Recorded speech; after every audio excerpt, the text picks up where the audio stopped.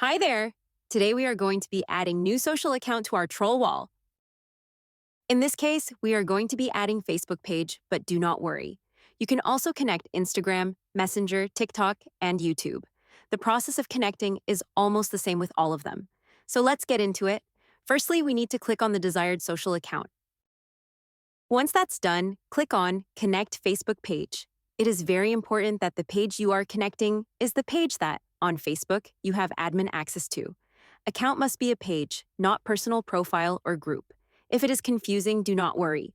These requirements will be shown to you for every account separately in the window while you will be connecting any of your pages, so you do not have to leave and look for requirements somewhere else.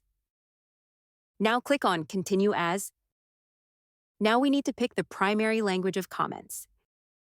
In this case, it is going to be English, but do not worry. You can pick from multiple languages. Now we need to set up our toxic content detectors.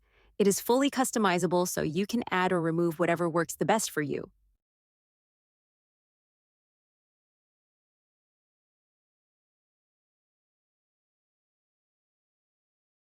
Lastly, click on Finish, and that's it. You have successfully added new social account.